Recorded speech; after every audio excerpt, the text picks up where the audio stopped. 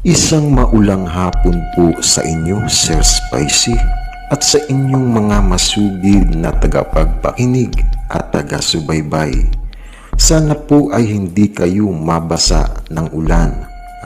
At sana ulanin naman tayo ng pag-ibig at bahain ng pagmamahal. Meron lang po sana akong ibabahaging kwento at sana po ay mabigyang pansin mo rin, Sir Spicy, ang kwentong ito at maiiri sa inyong programa at pagtatanghal. Tawagin niyo na lang po ako sa pangalang Kaloy. Uumpisahan ko po ang kwentong ito noong nagliligawan pa lamang po kami ng asawa ko ngayon na itago na lang natin sa pangalang Aliling. At ito po ay nangyari sa probinsya ng Marinduque. Taong 1996 nang makilala ko si Aliling sa isang maliit na karinderya doon sa Maynila. Dahil noong panahon po kasing iyon, ako ay nagtatrabaho bilang isang dishwasher sa nasabing karinderya. Isang simple at maliit na karinderya lamang po ito. Isang araw, katatapos ko lang maghugas ng mga hugasin nang sigawan na naman ako ni Aliling upang utusan na bumili ng asin sa kalapit na tindahan di kalayuan sa pwestong aking pinagsisilbihan. Kaloy! Nasaan ka na? Bakit hindi kita nakikita? Lumabas ka dyan! Bumili ka na muna ng asin? Bakit kasi kayo hindi nagsasabi na wala na palang asin eh? Ano ba? Wala din tayong sibuyas, bawang, paminta. Hay! Saan na ba si Isinte? Abay dapat siya ang mag-asikaso nito eh. Kasi siya ang kusinero dito. Saan na naman ba nagsususuot ang bungal na yon? Ay nako, nangigigil na talaga ako. Tawagin mo na nga muna, Kaloy, at hanapin. Ay nako, pag ako talaga nasobrahan sa inyo at pinuno niyo ako, kayo tong igigis ako sa kaldero. Nagpaalam lang po si Isinte, ma'am, kay may pupuntahan lang po siya saglit. Bakit? Saan na naman daw siya pupunta? Tao na yun, lulubog, lilitaw, at bigla na namang mawawala. Ay nako, parang alitap-tap ang taong yon. Babawasan ko talaga ang sweldo nyo pag ganito kayo palagi. Nakaka-high blood kayo. Ikaw naman, ma'am, bawas-bawasan mo na ang ma-high blood at uminit ang ulo. Nako, wala ka naman kasing mapapala kung ganyan ka palagi. Maging mahinahon ka lang, ma'am, sa lahat ng oras. Ikaw talaga, ma'am. Ikaw, Kaloy, ha? Huwag mo akong ganyan-ganyanin. Alam mo ba, ma'am, na ang taong magagalitin madaling mamatay? Ha? Hindi nga. Totoo ba yan, Kaloy? Seryoso, ma'am. Oo.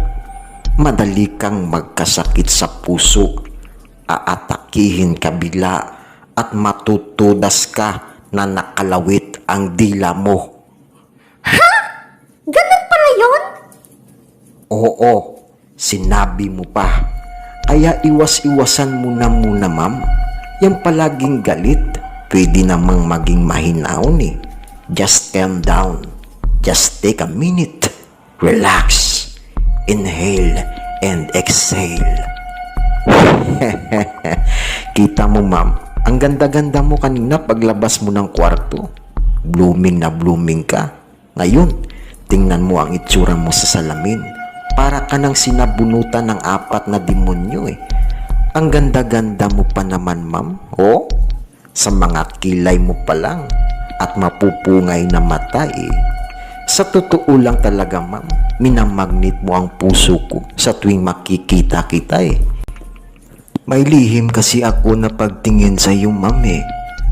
Aba, aba, aba.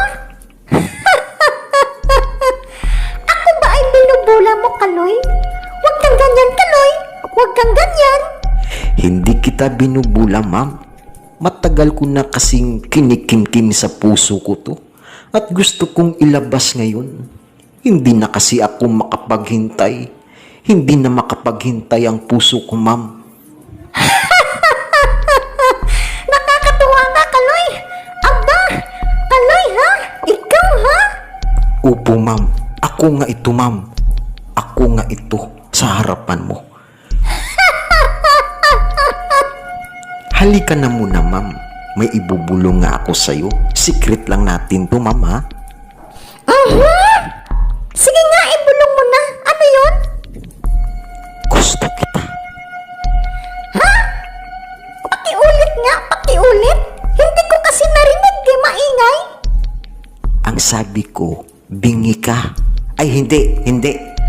Ang sabi ko gusto kita. Iniibig ka ng puso ko. Iniirog kita. Udyo kaluguranda ka. Nagbibiro ka ba, Kaloy? Binibiro mo naman ako eh. Oo nga, ma'am. Seryoso ako. Gusto kita at mamahalin kita. Pagdating ng panahon gagawin kitang prinsesa sa karinderyang ito. Kaloy ha? Grabe ka. Ang bata-bata mo pa. Alam mo na bang edad ko, Kaloy? 41 na ako. Samantalang ikaw 33 pa lang. Hindi talaga tayo bagay, Kaloy. Wala naman sa edad yan, ma'am. Tsaka, lahat tayo pantay-pantay pagdating sa pag-ibig. Lahat may karapatang umibig at magmahal. Bata, matanda, may kapansanan man. Dahil lahat ng puso ay may karapatang magmahal. Nakikita mo ba ang asong yan, ma'am? Di ba kahit aso may puso? Oo nga, tama ka dyan, Kaloy. May puso ang aso. O, di ba? Pati aso may puso. Ang ibig sabihin yan pati ang aso may karapatan ding mangasta. Ay, hindi. Magmahal pala. Aha! Ikaw talaga, Kaloy, ha? Kabago-bago ka palang naghayag ng pagtingin mo sa akin Pinapahagingan mo na ako? pero gusto ko yan. Ang gusto ko kasi sa isang lalaki, medyo bastos. Baka naman seryosuhin mo ang sinabi ko, Kaloy, ha? Hindi, biro lang yun. Please don't mind. Matapos ko pong sabihin ang aking totoong nararamdaman sa dalagang dala na si Aliling. Wait lang po mga kaibigan. Sinabi kong dalagang dala na si Aliling dahil sa ilang bisis na rin po itong nasangkot sa isang relasyon. Subalit sadyang napag-iiwanan lamang po siya ng mga kalalakihan. Matapos kong sabihin kay Aliling ang aking totoong nararamdaman ay tila biglang nag-iba ang pakikitungo nito sa akin na tila biglang uminit na parang pandesal na mainit sa umaga na sinawsaw sa mainit na kape. Kasing init ng pagmamahal at napapansin ko po na medyo lumalambing at umaaring-kingking na sa akin si Aliling. At minsan binibigyan pa ako ni Aliling ng pera, 50 pesos. Kung minsan naman 30 pesos. At naging mabait na rin si Aliling sa amin. Hindi na siya kagaya dati na panay sigaw sa kantin. Naging mahinahon at laging fresh ang pagmumukha niya. Ang kanyang pisngi naman ay parang Johnson's baby powder dahil palagi kong nakikitang naglalagay ng pulbo si Aliling. Hanggang sa dumating sa puntong personal na akong umakyat ng ligaw sa kanya. Lagi akong pumupunta sa kanilang kapitbahay para humingi at tumitas ng bulaklak na gumamela. Na siya naman palagi kong binibigay kay Aliling. Hindi naman ikinawalang bahala o hindi pinansin ni Aliling ang ibinibigay kong bulaklak sa kanyang gumamela. At dun nga ay naramdaman kong tila nahulog na rin ang loob niya sa akin. Minsan, tinatanong ako ni Aliling kung bakit bulaklak na gumamila ang ibig kong ibigay sa kanya. Sa una naman sinabi kong ang katangian niya ay parang isang bulaklak na gumamila. Makulay, makinis, mabango. Isang simpleng bulaklak pero may halaga. At namumukadkad sa ganda, lalo na sa umaga. At pagdating naman ng hapon ay mas lalong gumaganda ang bulaklak na ito pag nahahamugan. Kusang nagsasabaw na ang tubig ay nagmula sa katas ng gumamela. Sinabi ko kay Aliling, ako ay katulad ng paru-paro o tapti o babuyog man na naghuhumaling sa araw-araw o sa gabi, hindi nagsasawa sa kanya. At tapos kong sabihin iyon kay Aliling ay nagulat na lamang ako dahil kinurot ako ni Aliling. Ikaw talaga, Kaloy, ha? Ang sweet-sweet mo pala. Ngayon ko lang nalaman. Nanggigigil ako sa'yo, Kaloy. Pakurot niya ako. Ops. Aray ko naman, Aliling, masakit eh. Ikaw naman, Aliling. Pag ako talaga nakaganti ng kurot sa'yo, kukurutin ko talaga yung singit mo. Ay, naku, nagigigil ako sa'yo. Kagatin ko yung liig mo eh. Ay. Ay! Bakit parang bading ka? Bading ka ba, Kaloy? Bakit ganyan ang boses mo? Parang bading?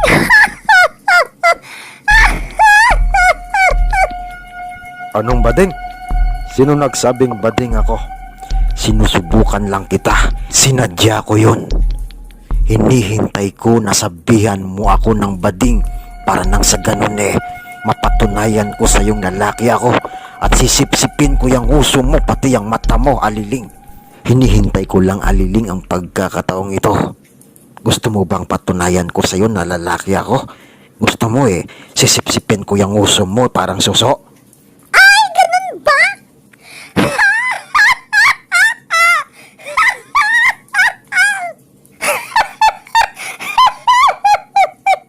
Ayaw ko, no?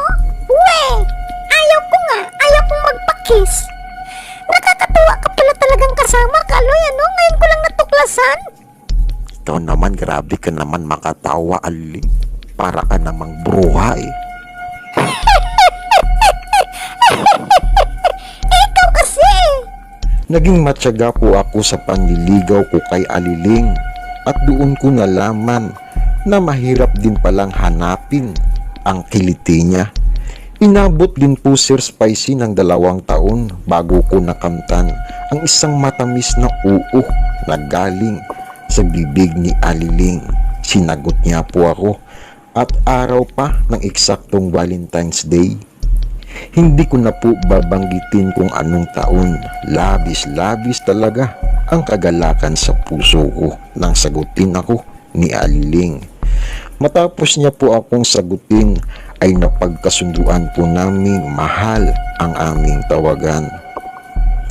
At mas naging malalim pa ang aming pagsasamahan bilang magkasintahan. Hanggang sa isang araw, niyaya ko si Aliling ng isang date at yun ang kauna-unahang date namin at piniling magpunta at mamasyal sa Manila Zoo.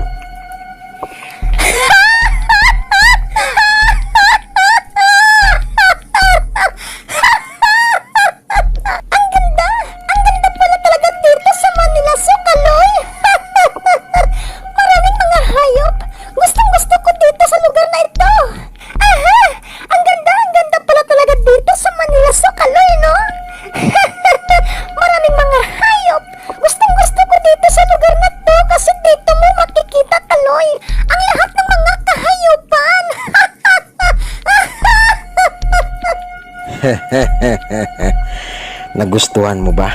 Nagustuhan mo ba, sinta ko? Abay, oo naman, syempre. Ang ganda talaga dito. Ang ganda. Tara, Kaloy, doon tayo. Banda doon, no? Doon. Ay, mahal. Ang ganda ng mga isda. Ang ganda.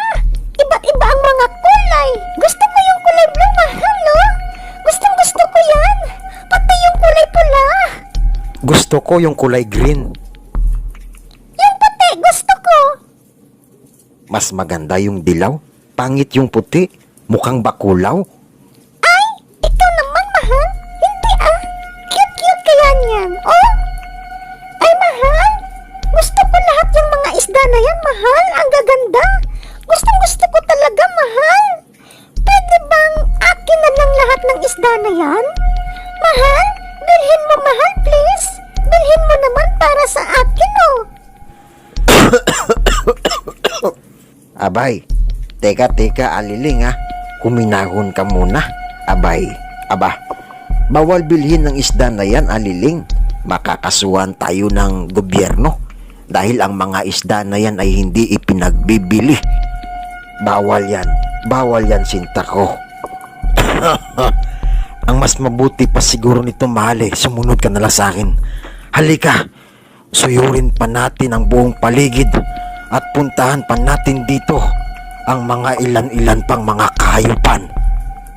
Marami pa kasing mga hayop at mga kahayupan dito.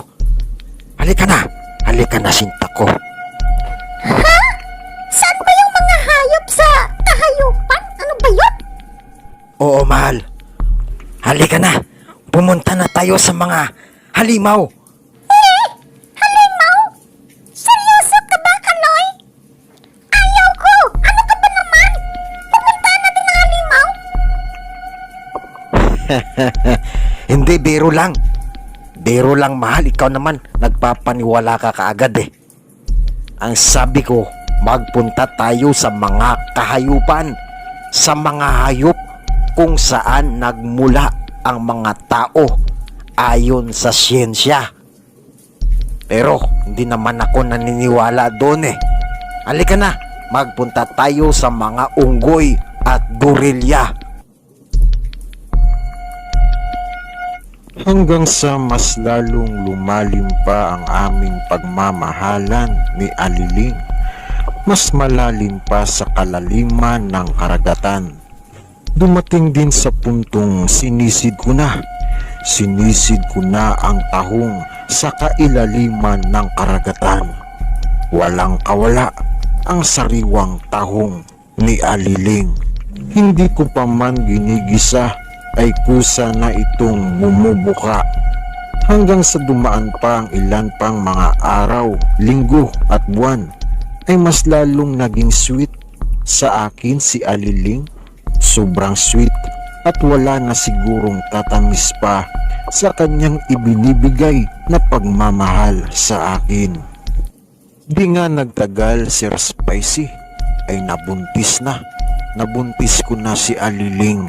6 na buwan ang ipinagbubuntis ni Aliling sa aming panganay nang mapagplanuhan at mapagpasyahan muna namin ni Aliling na umuwi sa kanilang probinsya upang personal na ipaalam sa kanyang mga magulang ang aming pagsasama.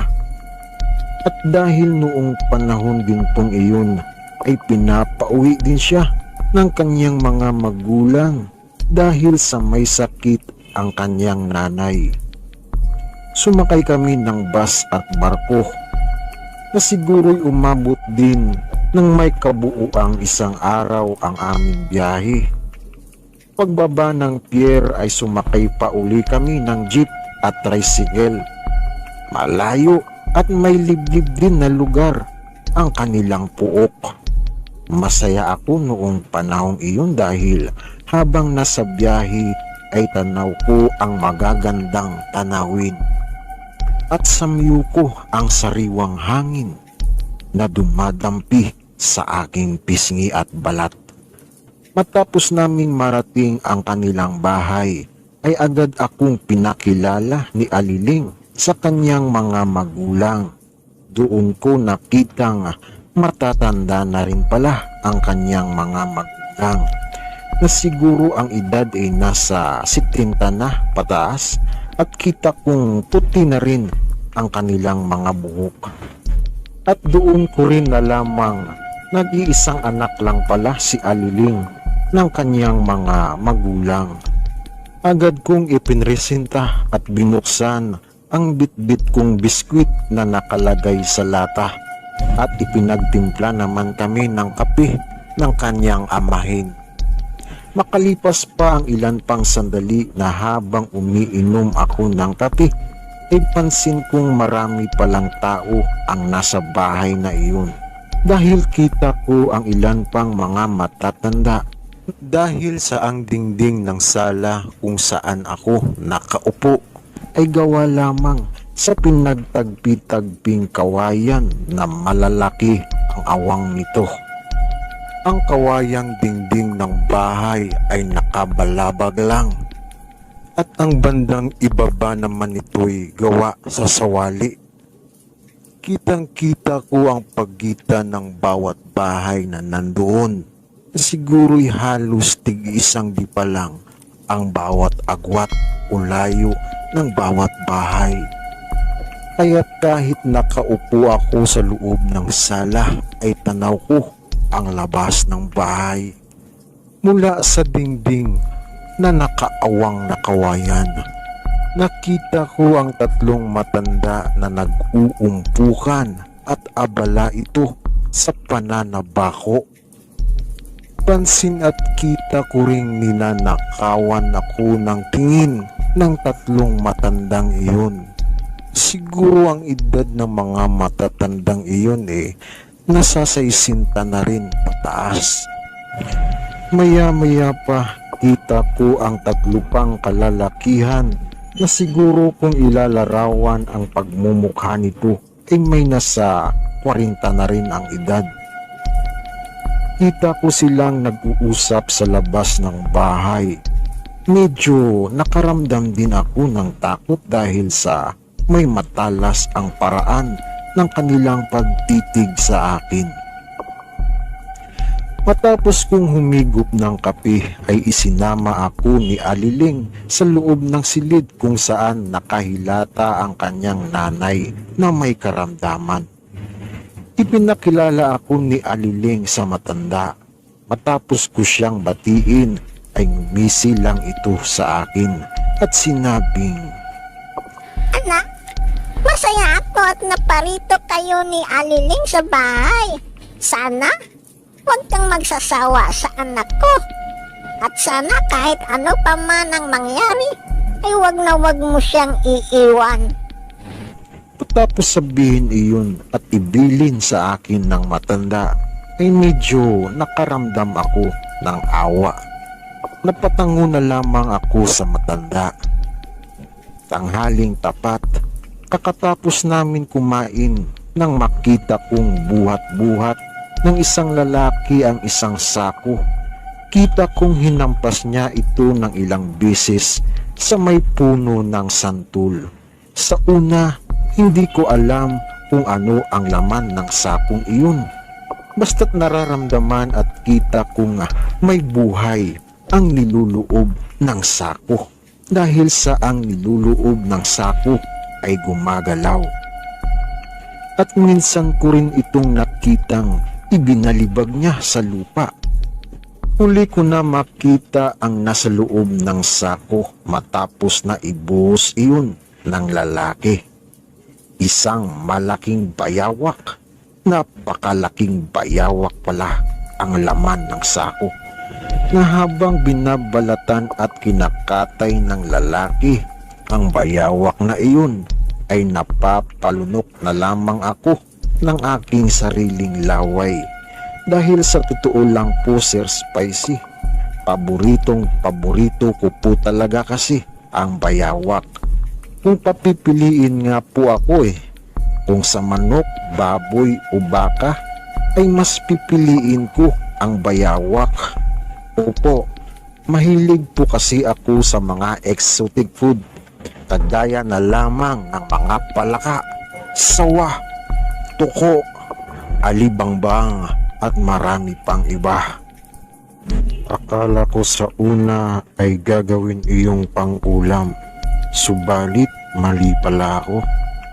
Dahil habang kasalukuyang niluluto ang bayawak, ay nakita ko ang lalaking tinawag ang isang bata at dinig kong inutusan niya itong bumili ng 4 kantos na gin.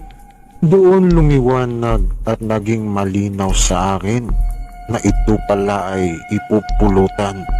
Napawi ka patuloy ako na sigurado itong mamaya tagay ito. Bago pa lang tuluyang umalis at bumili ang batang inutusan, ay saglit ko din itong tinawag para magpabili sa kanya ng sigarilyo. Bukod doon, dinagdagan ko rin ang ipinabiling 4 kantos na gin. Sinabi ko din sa bata na sa kanya na ang sukli.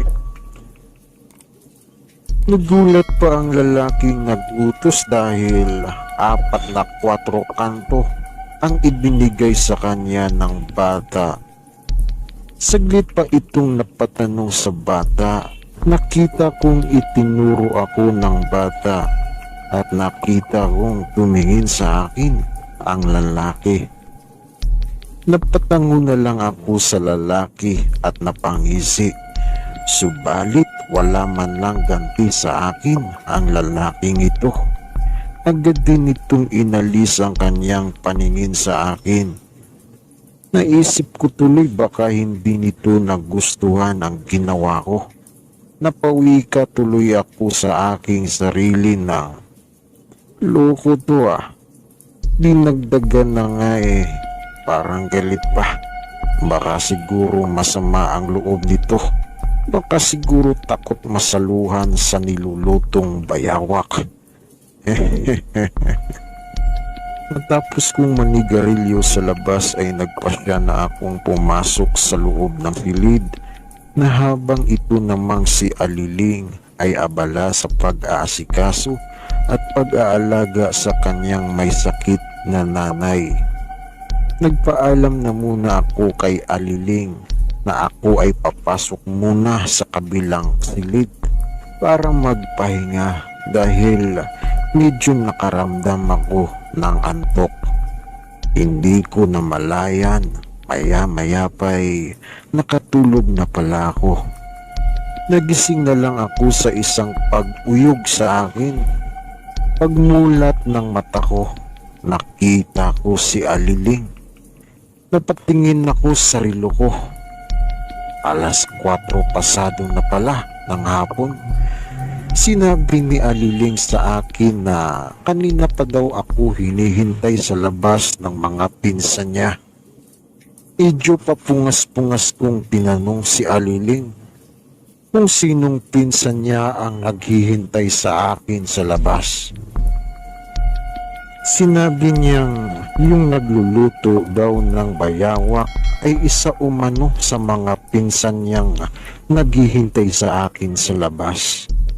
Doon ko palang lubusang nalaman na pinsan niya pala iyon. Nakarinig ako bahagya ng pagtatawanan at ito ay nagmula sa labas ng bahay na tila ba'y may nag-iinuman at mukhang marami yatang tao. Sumilip ako sa bintana. Kita kong maraming ang tao ang nag-iinuman sa baba. Bilang pakikisama at upang walang masabing masama tungkol sa akin, ang mga kamag-anakan ni Aliling ay agaran at may pagkatakam akong nagpunta sa kanila. Muling pumasok sa aking isipan ang nilutong bayawak. Bumaba agad ako ng hagdan at dumako sa kanilang kinaroroonan. Doon ko napag-alamang puro pinsan pala ni Aliling ang lahat ng nag-iinuman. Nasarapan ako sa bayawak. Pinatuyong adobo sa gata. Pero nalasahan ko na parang wala iyong asin.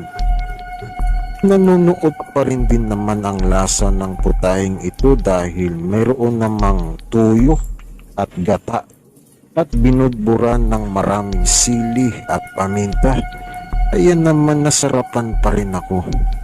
Tumagal at naging maayos naman ang pamamalagi namin ni Aliling sa kanilang bahay.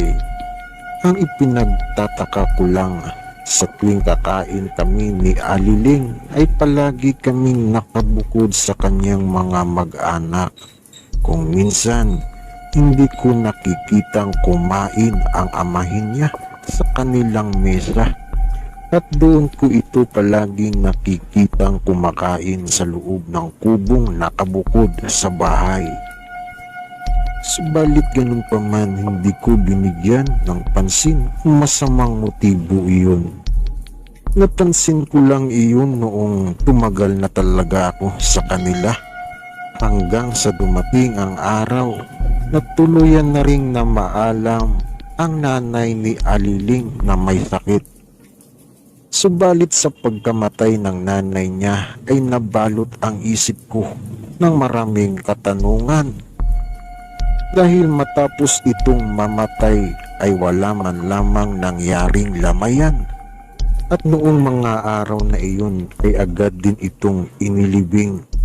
Nagtaka ako at palihim na tinanong si Aliling kung bakit. Sinabi niya sa akin tsaka na lamang daw niya ipagtatapat sa akin ang lahat. Matapos ang ilan pang mga araw, napagpasyahan namin ni Aliling na bumalik ng Maynila. Di naglaon ay tuluyan din kaming nakabalik ng Maynila. At nagdublikayod ako para makapag-ipon para sa aking pamilya. Lumakas po kasi ang kita ng karinderya na aming inaasahan sa araw-araw, kaya nakaipon po kami. 2 taon ang panganay ko nang tuluyang nakauwi kaming mag-anak sa probinsya namin sa Marinduque at pinasyang doon na manirahan. Samantala, binigyan naman ako ng mga magulang ko ng angkop na lupa para pagtayuan ng aming bahay. Isang simple at tipikal na bahay lang na gawa sa kahoy at pawid. Nagtayo din ako ng poultry at nag-alaga din ako ng mga manok. Nagtayo din po kami ng maliit na karinderya sa bayan bilang karagdagang hanap buhay upang makaipon para sa paglaki ng aming panganay. Subalit habang patuloy na lumilipas ang panahon, napapansin ko na lamang ang pagbabago ni Aliling at ang pagbabagong nakikita ko sa kanya ay masasabi kong hindi pangkaraniwan.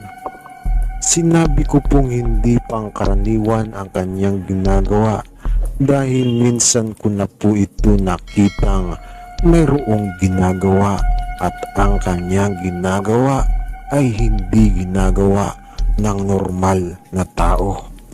Dahil sa tuwing sasapit ang kabilugan ng buwan ay nakikita kong natutulala si Aliling at mayat maya nitong kinakamot ang kanyang buong katawan at nagrereklamo itong makati umano ang kanyang buong katawan. Ayaw na nitong may asin at bawang sa aming bahay. Pinatapon niya ito. At kahit sa pagluluto ng aming ulam ay ayaw niyang makaamoy ng bawang. At ayaw niyang lagyan ko ng asin ang aking niluluto. At mas gusto pa nito na matabang ang aming ulam. Minsan, nagising na lamang ako ng madaling araw. Nawala na sa tabi ko si Aliling. At noong pagkakataong iyon ay bilog ang buwan. Bumangon ako. Nakita kong sarap naman sa pagtulog ang aming anak na panganay na noong panahong iyon magtatatlong taong gulang pa lamang. Tinungo ko ang buong kasuluk-sulukan ng aming bahay. Wala sa loob ang asawa ko.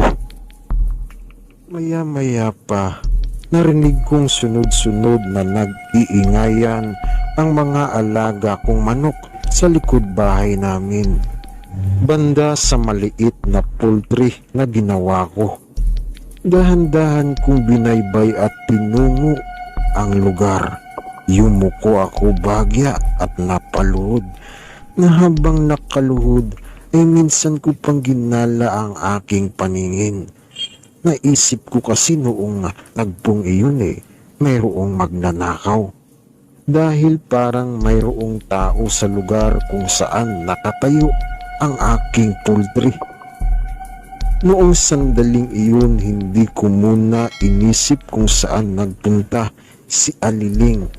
Bumalik muna ako sa bahay at hinablot ang isang bakal na tubo na nakasandal sa aming baringgahan o lababo.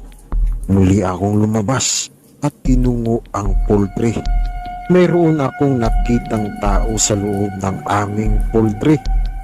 Subalit nanlaki na lamang ang aking mga mata sa pagkagulat at takot nang makita ko si Aliling na hawak-hawak ng kanyang dalawang kamay ang pumipiglas na manok at kanya itong nilalapa. Nakatalikod si Aliling sa akin. Kita kong hawak-hawak ng kanyang dalawang kamay ang isang buong manok. Kita ko pa kung paano niya ito kinagat. At nakita ko pa kung paano hilahilahin ng kanyang ulo matapos kagatin ang manok. Bukod pa doon, mapahinga pa ako ng malalim nang makita ko ang iba pang mga manok na wala ng buhay at nakahandusay sa lupa. Bali-bali ang mga buto at nagkalat ang laman at balahibo nito sa lupa. Aliling! Ikaw ba yan, Aliling?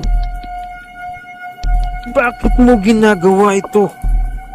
Ano ang nangyari sa iyo, sinta ko? Kaloy! Ha? Bakit ka nandito? Kaloy, sinta ko! Patawarin mo sana ako sa nagawa ko. Hindi ko na kayang pigilin pa at tiisin ang nararamdaman ko. Sana maunawaan mo ako, Kaloy. Hirap na ako. Ano? Anong ibig mong sabihin? Ano ang ibig sabihin nito? Isa kang aswang? Oh, hindi. Oh, hindi, mahal. Oh, hindi. Oh, hindi. Hindi ko to matatanggap. Hindi ko malaman kung ano ang gagawin ko. Tumakbo ako pauwi ng bahay at halos hindi pa ako nahimasmasan. Pagdating ko sa bahay ay agad akong napahilamos. Naupo ako sa mesa at napasindi ng sigarilyo. Manginig-nginig pa ang kamay ko habang itinataas ko ang lighter. Makaraan lang ang ilang saglit nakarinig ako ng yabag. Ang yabag ay mula sa labas ng aming bahay. Naisip ko marahil parating na si Aliling. Pumasok sa pinto si Aliling at dumiretso sa lababo at agad itong naghilamos. Nakita kong nagkalat ang dugo sa kanyang damit, pati na rin sa pisngi nito. Natulala ako habang pinagmamasdan ko siya. Hindi ako nakapagsalita. Nagpaliwanag siya sa akin at sinabing may lahi daw silang aswang. At sinabi niya sa aking tinanggap daw niya ang pinamana sa kanya ng kanyang nanay bago ito bawian ng buhay. Peste! Bakit ikaw pa, Aliling? Bakit ikaw pa, sinta ko? Mahal kita, Aliling. Alam kong hindi pa huli ang lahat. Tatanggapin kita kahit sino ka pa. Pero sana, tulungan mo akong baguhin ka at tuluyang maalis sa'yo ang sumpa ng mahikang itim. Lumapit ako kay Lulu Batutoy upang ipatingnan ang kalagayan ni Aliling. at tuluyan na ring ipagamot ito sa kanya. Matapos niyang masuri ang asawa ko, lumabas ng silid si Lolo Batutoy na nakasimangot at nakakunot ang noo. Tinawag ako nito at pinalapit sa kanya. Kaloy, mahirap. Kapit na. Hindi ko na kayang ipasuka sa kanya ang batong itim. Masyado nang malala at lubusan ng tinanggap ng katawan ng asawa mo ang itim na kapangyarihan. Mapanganib na ang asawa mo, Kaloy. Ang mas mainam mo na lamang gawin, Kaloy, layuan mo ang asawa mo. Dahil mapanganib, ipauwi mo na lang siya sa kanila. Dahil manganganib ang nayon natin, mas lalo ka na. At sa kaisa-isa mong anak. Dahil darating ang isang araw na hindi na dugo ng mga hayop ang hahanapin ng asawa mo, kundi dugo na ng mga tao. Hindi, Lolo Batutoy. Mapapagamot ko pa ang asawa ko. Hindi pwedeng mangyari ito. Humihiling po ako at nakikiusap sa iyo, Lolo Batutoy. Baka sakaling makahanap pa tayo ng remedyo para magamot ang asawa ko. Sa ngayon kasi, Kaloy, ginagawa ko na ang lahat ng paraan. Pero babalik ako dito sa susunod na araw at kakausapin kita tungkol sa ikalawang hakbang na gagawin kong panggagamot sa asawa mo. Sana malampasan niya ito. Dahil sa lubhang mapanganib ang susunod na gagawin kong hakbang at buhay na ng asawa mo ang nakataya. Isa lang ang pakatandaan mo, Kaloy. Sana maging matatag ka sa maaaring mangyari. Ito na lang kasi ang naisip kong paraan, pero sadyang lubhang napakadelikado. Maging matatag ka lang sana. Kung yan na lang po ang natatanging paraan upang tuluyang magamot ang asawa ko, Lolo Batutoy, nakahanda po akong sumugal at tanggapin kung anuman ang mangyayari. Kung ganon, sige. Hintayin mo akong bumalik sa Makalawa o sa susunod na araw.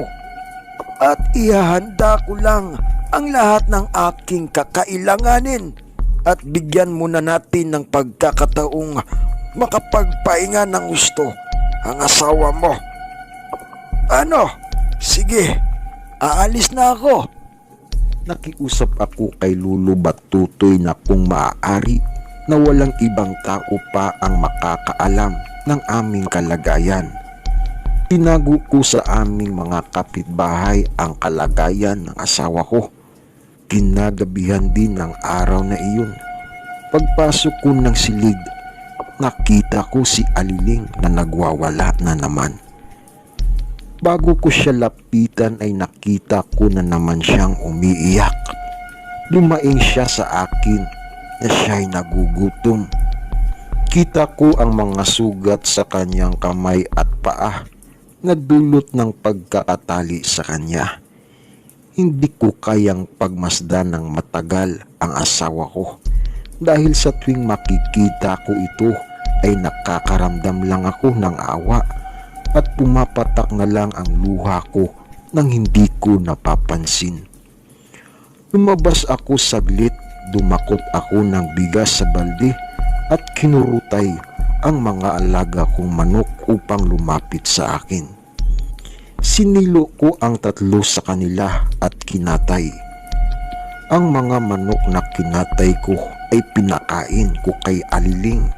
Kitang-kita ko kung paano gibain ang katawan ng manok gamit ang kanyang ngipin at bungangang naglalaway. Humahangos ito habang kumakain.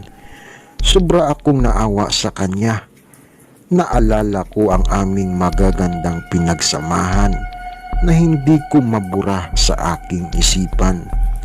At minsan pang naalala ko ang bilin sa akin ng kanyang nanay bago ito binawian ng buhay.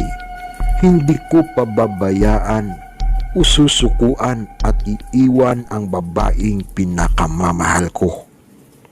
Mas lalo pang naging malala ang kalagayan ng asawa ko. Mas lalong naging mabalasik ang itsura niya na kung ilalarawan ang katayuan ni Aliling sa buhay ay para na itong asong bangaw. Naglalaway at palaging nakangisi habang nakatingin sa akin. Lubos-lubos din akong naawa sa kalagayan niya dahil para na lamang aso ang asawa ko na nakakadina sa loob ng silid. Siyempre naman, natakot din ako sa maaaring mangyari sa amin ng anak ko. Pero hindi pa rin ako nawawalan ng pag-asa na sana balang araw ay tuluyan ng gumaling ang pinakamamahal kong asawa. 10:00 nang mahiga kami ng anak ko. Magkatabi kami sa pagtulog. Si Aliling naman ay sa kabilang kwarto. Pagsapit ng 11:00 pasado, hindi pa rin ako makatulog. Sinusubaybayan ko lang at inuobserbahan si Aliling. Hanggang sa sumapit ang 12:00 ng gabi, narinig ko na naman ang ingay mula sa kabilang silid kung saan nandoon si Aliling. Dinig ko ang malakas na paghangos, pagpipiglas at pagsigaw. Tumayo ako at binusalan ko ang kanyang bibig dahil yun lang ang tanging paraan upang hindi marinig ang kanyang ginagawang ingay ng ibang tao. Wala akong nagawa kundi ang pabayaan na lamang siya. Hindi ko na lang namalayan na nakatulog na pala ako at nagising sa isang malakas na ingay at ang ingay ay nagmula sa umiiyak na bata. Akala ko pa nga noong una na naginip lang ako. Naalimpuyatan pa ako at napangiwi sa aking pagdilat at medyo papikit-pikit at papungas-pungas pa ang aking mata. Bigla akong kinabahan nang bumalik ako sa aking ulirat dahil narinig ko ang anak namin na umiiyak at ang iyak ay nagmula sa loob ng kabilang silid. Saglit pa akong napatingin sa hinihigaan namin. Subalit nagulat na lamang ako nang makitang wala na ang anak ko sa aming higaan. Pataranta akong tumayo at nagmadaling tinungo ang silid ni Aliling. Sinipa ko ang nakakandadong pinto. Subalit sa pagkakataong iyon ay nakakalas na ang kadinang ginawa kong kandado sa silid ni Aliling. Pagpasok ko pa lang sa loob ay bumungad na sa harapan ko si Aliling. Ito ay nakatayo at wala nang anumang kadina sa kanyang katawan. Nagtaka ako kung paano ito nakawala mula sa pagtakadina ko sa kanya. At ang mas lalo kong ikinatakot sa lahat nang makita kong hawak-hawak niya ang aming anak. Habang silang dalawa ay nakatayo at minsan pa itong ngumisi sa akin nang nakakainsulto. Pansin ko rin at kita ang kanyang paglalaway. Kita ko ang anak namin na umiiyak at walang kibong nakatayo sa tabi ng asawa kong si Aliling. Pinakiusapan ko si Aliling. Lahat na siguro ng pwede kong ipakiusap sa kanya ay sinabi at ginawa ko na. Subalit hindi ito nakikinig sa akin. Maya-maya pa, hinawakan niya ang anak namin sa ulo at kanya itong nilalamas. Habang nilalamas ay patuloy naman sa pag-iyak ang anak namin. Walang patid sa pagtulo ang laway niya. Hindi ko man lamang malaman kung ano ang gagawin ko noong sandaling iyon. Maya-maya pa biglang napaupo si Aliling nang hindi nakasayad ang puwet sa sahig ng silid. Dahan-dahan niyang nilapit ang kanyang naglalaway na bunganga sa liig ng anak ko at bahagya niyang hinawi ang ulo nito. Hinawakan niya ito sa buhok. Sa tagpong iyon, sumigaw na ako. Mahal! Wag! Kasabay ng pagsigaw, tumalon ako bigla at mahigpit na hinawakan si Aliling sa kanyang katawan. Kinubabawan ko siya. Agad namang nakatakbo ang anak ko sa labas dahil sinigawan ko itong tumakbo na hanggang sa nagpangbuno kami ng asawa ko. Sa hindi malamang dahilan, bigla na lamang akong umangat mula sa kanya at biglang hindi ako nakahinga. Sumakit bigla ang aking sikmura. Sinipa pala ako ni Aliling sa tiyan. Umiri ako sa sakit. Dinumog ako ni Aliling at ilang beses niya akong binalibag at pinag-uuntog-untog niya ang ulo ko sa haligi ng aming bahay. Pinilit ko siyang pigilan at hawakan, subalit hindi niya alintana ang lakas ko. Lahat na siguro ng lakas ay ibinigay ko na sa kanya. At kita ko ang mabangis nitong itsura. Nagsisitayuan ang kanyang buhok na nanlilisik ang kanyang dalawang mata. Punit-punit ang damit ko.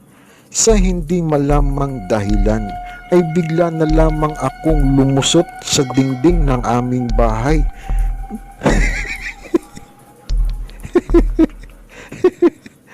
Nagawa sa pawid. Pasensya. Pasensya na kayo mga kaibigan. Napatawa ako sa sinabi ni Kaloy na lumusot sa dingding ng bahay. Magpatuloy na po tayo sa kwento.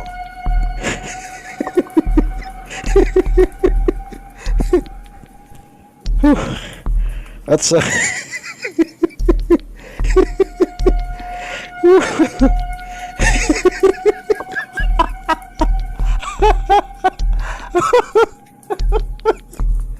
aray ko.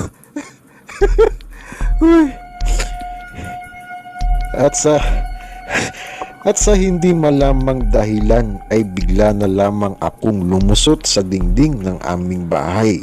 Nagawa sa pawid. Lumusot sa labas mula sa loob. Halos hindi na ako makatayo sa ginawa sa akin ni Aliling. Pinilit ko pa ring bumangon upang bigay. Pasensya na talaga mga kaibigan. Kasi i-imagine ko yung masaklap na nangyari kay Kaloy eh. Pasensya na talaga kayo mga kaibigan. Halos hindi na ako makatayo sa ginawa sa akin ni Aliling. Samantala, pinilit ko pa rin bumangon kahit ako ay lasog-lasog na at nasasaktan. Subalit matapos kong makabangon ay sunod-sunod na kalmot pa ang aking natamo. Nasuntok pa ako ni Aliling ng 2 beses sa panga at sinabunutan. Halos hindi na ako makagulapay pa sa ginawang pangbubugbog sa akin ni Aliling. Subalit ni minsan, hindi ko man lang naisip o pumasok sa aking isipan na suntukin siya o gamitan ng itak o matalim na bagay. Iba pala talaga pag mahal mo ang isang tao na kahit bugbog sarado ka na, hindi mo pa rin siya kayang saktan at lapatan ng kamay. Ang paulit-ulit ko lang po kasing ginagawa noong pagkakataong iyon eh. Ginagapos at hinahawakan ko lang si Aliling upang pigilan. Hanggang sa hindi malamang dahilan ay nakita kong bigla na lamang nanakbo palayo si Aliling at tuluyan na nga itong nawala sa aking paningin. Nagkaroon ako ng labis na pag-aalala sa kanya. Hindi ko alam kung ano ang gagawin ko. At tinanong sa aking sarili kung bakit nangyari sa buhay namin iyon. Halos hindi ako makatayo. Paika-ika akong naglakad papasok sa aming bahay at minsan ko pa nakita ang butas na dingding kung saan ako lumusot. Wasak na pala ang dingding ng bahay namin. Pati ang mga kawayan na namamagitan dito ay nakita kong bali din. Masakit ang buo kong katawan at ang pinakaininda ko talaga sa lahat, ang kanan kong baywang at hita. Pakiramdam ko noong oras na iyon napilayan ako. Dahil hindi nawala ang pagkirot ng balakang ko sa kanang parte ng hita. Samantala, walang tigil naman sa pag-iyak ang anak namin na ang namumutawi sa bibig nito ay binabanggit ang katagang mama. Magdamag akong hindi nakatulog at mayat maya akong lumalabas upang silipin si Aliling. Gusto ko pa sana siyang puntahan at hanapin, subalit hindi ko naman pwedeng iwanan ang anak ko. Hanggang sumapit ang pagtilaok ng mga manok at medyo madilim-dilim pa ng umagang iyon. Nagpasya akong bumaba na paika-ika. Inikot ko ang aking paningin sa buong paligid at dako sa pag-asang baka makita ko si Aliling. Subalit sa kasamaang palad, hindi ko na muli pa itong nakita. 9:00 ng umaga nang dumating si Lulu Batutoy. Napanganga na lamang siya noong binabaan ko ito mula sa silid. Sinabi niyang bakit umano nawasak ang aming dingding na parang sinuwag daw ng turong kalabaw. Sinabi ko naman sa kanyang ako ang sumuwag ng dingding kung bakit ito nawasak. Napangisi siya sa akin. Sinabi ko sa kanya na hindi ako nagbibiro at sinabi ko sa kanya na wala na si Aliling at may tagpong hindi magandang nangyari sa amin kagabi. Inilahad ko kay Lulu Batutoy ang buong pangyayari. Na habang kasalukuyan kaming nag-uusap ni Lulu Batutoy ay nahintuan na lamang kapwa kami nang makita naming biglang dumating si Aliling sa aming bahay. Palapit pa lang siya sa bahay ay kita ko sa mga mata niya ang labis na kalungkutan at pagkabalisa. Humingi siya ng patawad sa akin sa nangyari at sinabi niyang hindi daw niya iyon kagustuhan. Tumakbong palapit sa akin si Aliling at niyakap ako ng mahigpit at doon hindi ko namalayang pumatak ang luha ko.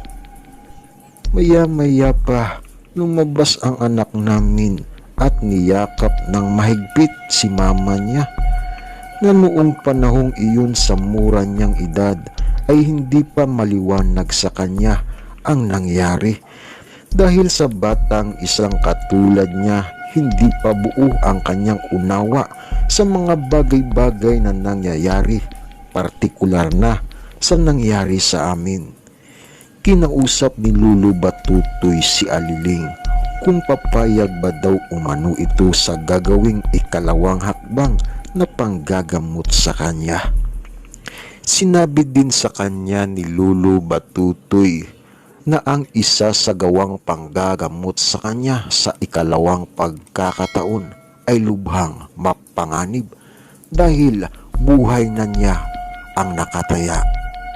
Sinagot naman ni Aliling si Lulu Batutoy at sinabing kaya niyang gawin lahat para sa pamilya at kahit buhay niya ay itataya niya basta't gumaling lamang siya. Sa tagpong iyon ay hindi na nagpaligoy-ligoy pa si Lulu Batutoy. Inumpisahan na ni Lulu Batutoy ang hakbang ng panggagamot. Nagpagapo si Aliling sa amin. Tinali namin ang paa at kamay niya. Nakita kong humingi ng asin at bawang si Lulu Batutoy. Kanya itong dinurog at pinigaan ng kalamansi. At minsan ko pa itong nakitang dumakot ng abo sa aming dapog at isinaboy sa paligid ng silid upang kontrahin ang kapangyarihang itim na bumabalot sa pagkatao ng pinakamamahal kong asawa. Matapos iyon ay inutusan ako ni Lulu Batutoy na hawakan at pwersahing ibuka ko ang bibig ni Aliling. At doon ay nakahanda na ang dinurog na bawang, asin at kalamansi. Samantala, sumigaw naman ng kakilakilabot si Aliling na habang isinasagawa ko ang paggapo sa kanya, ay sinabi ko sa kanyang lumaban siya para sa amin.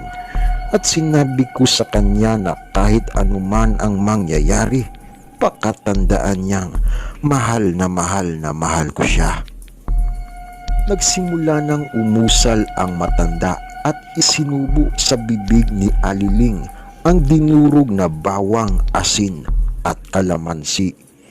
Ibinuhos lahat iyon sa bunganga niya. At doon ay bigla na lamang siyang naghistorikal. Nanginig ang buong katawan. Lubha akong kinabahan at pinagpawisan ako ng husto. Matapos iyon maisubo lahat sa kanya, ay narinig na lamang namin na biglang napasigaw si Aliling na kung ihahambing ang pagsigaw ay katulad sa isang asong nag-aatumal, parang isang halimaw na kinakatay. Bumula ang kanyang bibig habang namumuti ang mirok ng kanyang mata, kasabay ng sunod-sunod na pag-ubo at paghilot ng matanda sa likod at tiyan ni Aliling ay lumabas ang isang kulay itim na tila parang bato sa bibig niya. At siya ay nangisay. Nataranta ako sa takot sa maaaring panganib na mangyayari sa mahal kong asawa. Matapos iyon ay bigla na lamang nawalan ng malay si Aliling. Medyo gumaan at lumiwanag ang paligid ko sa sinabi sa akin ni Lulu Batutoy. Sinabi niyang ligtas at nalampasan na umano ni Aliling ang matinding pagsubok na kanyang dinanas. Sinabi ni Lulu Batutoy sa akin na okay na umano si Aliling at hayaan na lang umano siyang magpahinga. Hanggang ngayon po, Sir Spicy, ay masaya na kaming nagsasama ng pinakamamahal kong asawa. Kasama ng 3 naming anak at piniling manirahan dito sa Bulacan. Hanggang dyan na lamang po mga kaibigan ang siyang kwentong naitampok natin para sa gabing ito na ipinadala ng isa nating kaibigan na tawagin natin sa pangalang Kaloy. At sana po ay inyong nagustuhan. At gaya nga po ng dati mga kaibigan, kayo na lamang po sana ang bahalang humusga kung inyo itong paniniwalaan. Sadyang makapangyarihan nga ang pag-ibig at wala nang papantay o hihigit pa dito. Dahil ang pag-ibig ay walang kamatayan at wakas.